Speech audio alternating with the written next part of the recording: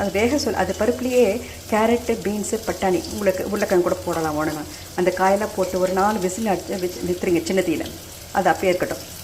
அதுக்கப்புறமா அதுக்கு வேண்டிய மசாலாவை நம்ம தயார் பண்ணணும். அதுக்கு வந்து ட்ரை ரோஸ்ட் பவுடர் பண்ணிப்பேன் நான். காஞ்ச மிளகா, காஷ்மீரி மிளகா, அப்புறமா வெந்தயம் கொஞ்சோண்டு, கடலைப்பருப்பு, தனியா, சீரகம், மிளகு இதெல்லாம் நல்லா வறுத்துட்டு, அப்புறம் கொப்பரை தேங்காய் இருந்தால் போடுங்க, இல்லைன்னா தேங்காய் பூவை நல்லா வதக்கிடுங்க. எல்லாமே ட்ரையாக வறுத்து எண்ணெய் இல்லாமல் வறுத்துட்டு இந்த மாதிரி ஒரு பவுடரை நீங்கள் பண்ணிவிட்டு இந்த இதில் நான் போட்டாச்சு.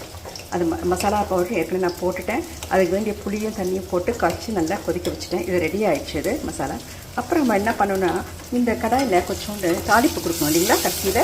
அதுக்கு வந்து நான் நல்ல நெய்யும் கொஞ்சம் எண்ணெயும் போட்டு நல்லா காய்ஞ்ச பிறகு கொஞ்சோண்டு கடுகு, கொஞ்சோண்டு ஒரு காஞ்ச மிளகாய், கருவேப்பிலை, கொஞ்சோண்டு பெருங்காயத்தூள், அப்புறம் கொஞ்சம் காஷ்மீரி சில்லி பவுடரும் போட்டிருக்கேன். சின்ன வெங்காயம் போட்டிருக்கேன். நான் தக்காளி போடலை இன்றைக்கி, ஏன்னா நான் புளி தண்ணி விட்டுட்டேன்.